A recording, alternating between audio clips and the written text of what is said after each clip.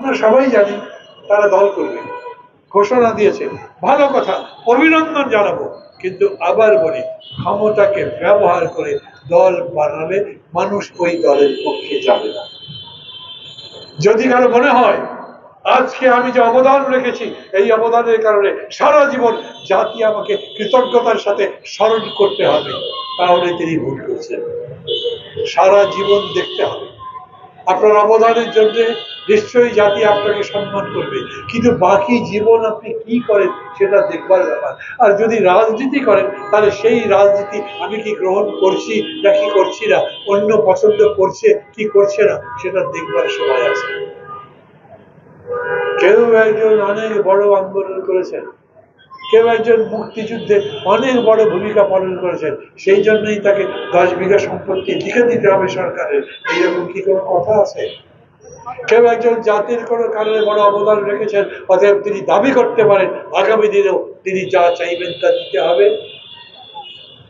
Doctor Yunus যখন বলেন ওরা এত কষ্ট করে জীবন দিয়ে রক্ত দিয়ে এই দেশ থেকে স্বৈরাচার উৎখাত করেছে, আগামী দিন তারা তো এই গঠনমূলক কাজে, দেশকে এগিয়ে নেওয়ার কাজে একটা অংশ বা ভাগ চাইতেই পারেন না।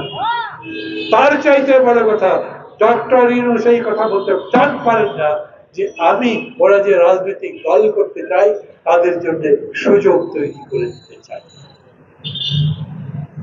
প্রধান উপদেষ্টার কোন রাজনৈতিক দলের জন্য বিশেষ সুযোগ তৈরি করবার ক্ষমতা নাই।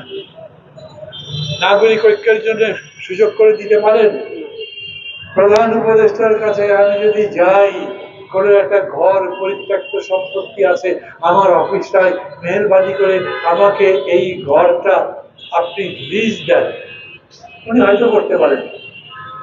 এরকম করে লিজ আমি এক সময় নিয়েছিলাম, অনেকেই লিজ দিয়ে তাদের পার্টি অফিস করেছে, কিন্তু বিশেষ সুবিধা বলতে এটা বোঝায় না। এই বিশেষ সুবিধার ব্যাখ্যা ওনার দেওয়া উচিত। ধন্যবাদ। আমি আবার বলি, আমি নতুন বিতর্ক উস্কে দেওয়ার চেষ্টা করছি না। যারা বিতর্ক তৈরি করবার চেষ্টা করছেন তাদেরকে সতর্ক করছি, আমাদেরকে এখন গণতন্ত্রের পথে পা বাড়াতে হবে। যখন আন্দোলন চলছিল তখন মাহমুদুর রহমান মান্নার এই অভিমত ছিল যে একটি অন্তর্বর্তী সরকার হতে হবে, তাকে 3 বছর সময় দিতে হবে যাতে তিনি প্রয়োজনীয় সংস্কারগুলো করতে পারেন। আমি আজকে আপনাদের সামনে দাঁড়িয়ে বলছি, এখন আমি চাই যত তাড়াতাড়ি সম্ভব নির্বাচন দিয়ে দেওয়া। কারণ কথাবার্তা উল্টাপাল্টা হচ্ছে, কারণ যারা আন্দোলন করছেন তাদের সাথে অন্য আন্দোলনকারী শক্তির বিভেদ বাড়ছে। এই দিক দিয়ে জাতীয় ঐক্য বলছে, বাট প্রতিনিয়ত ঐক্য দুর্বল হবার মতো ঘটনা ঘটছে। দেশে জিনিসপত্রের দাম বাড়ছে, কোনো বিনিয়োগ হচ্ছে না, মানুষের চাকরি হচ্ছে না। তার চাইতে বড় কথা, কত বড় লজ্জার ঘটনা, এই প্রেস ক্লাবে এই জায়গাতে পতিত স্বৈরাচার লিফলেট বিতরণ।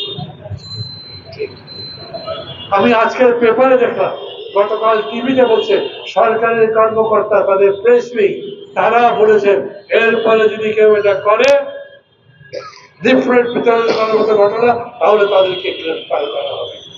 মানে এই প্রজ্ঞাপন গতকাল জারি করলেন, তার আগে পর্যন্ত লিফলেট ডিস্ট্রিবিউশন করা, বিক্ষোভ করা তাদের জন্য জায়েজ ছিল। কি করেছেন গত 6 মাস? যখন লিফলেট ডিস্ট্রিবিউশন করা হল, ওরা কি করে শুরু করেছে, ওরা তো ঘোষণা দিয়েছে, সেই ঘোষণা সোশ্যাল মিডিয়াতে এসেছে, তখন ব্যবস্থা নিলেন না কেন? নাকি খুবই দ্বিধার মধ্যে আছে, কি করবো ওদের নিয়ে? ইনক্লুসিভ পলিটিক্স করবে, অন্তর্ভুক্তি রাজনীতি করবে, অতএব তাদেরকেও নিয়ে রাজনীতি করতে চান। তারপরে প্রপোর্শনের ভোট করবে, সংখ্যানুপাতিক ভোট। আপনি কি হিসাব করেছেন এই সংখ্যানুপাতিক ভোট যদি হয় তাহলে তারা ভোট কতগুলো পেতে পারে? একটা দল, অনেক বছরের দল, ডুবতে ডুবতেও তার অনেক শাখা প্রশাখা থাকে। আর একটা নতুন দল সবচেয়ে বড় সম্ভাবনা হলেও তার অত বড় শাখা প্রশাখা নাই।